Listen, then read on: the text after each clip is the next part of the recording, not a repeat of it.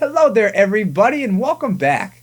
I'm Daniel, apparently looks like Thomas the Tank Engine, Valvo, and today we're going to be taking down decimal addition. All aboard! First, let's talk about adding decimals. Now, adding decimals is easy. It's just like adding whole numbers with one extra step.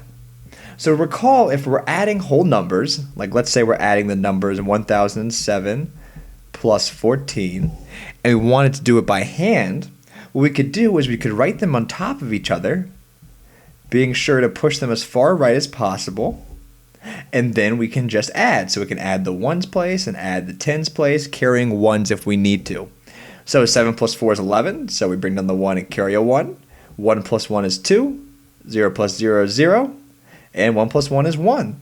So 1007 plus 14 equals 1021.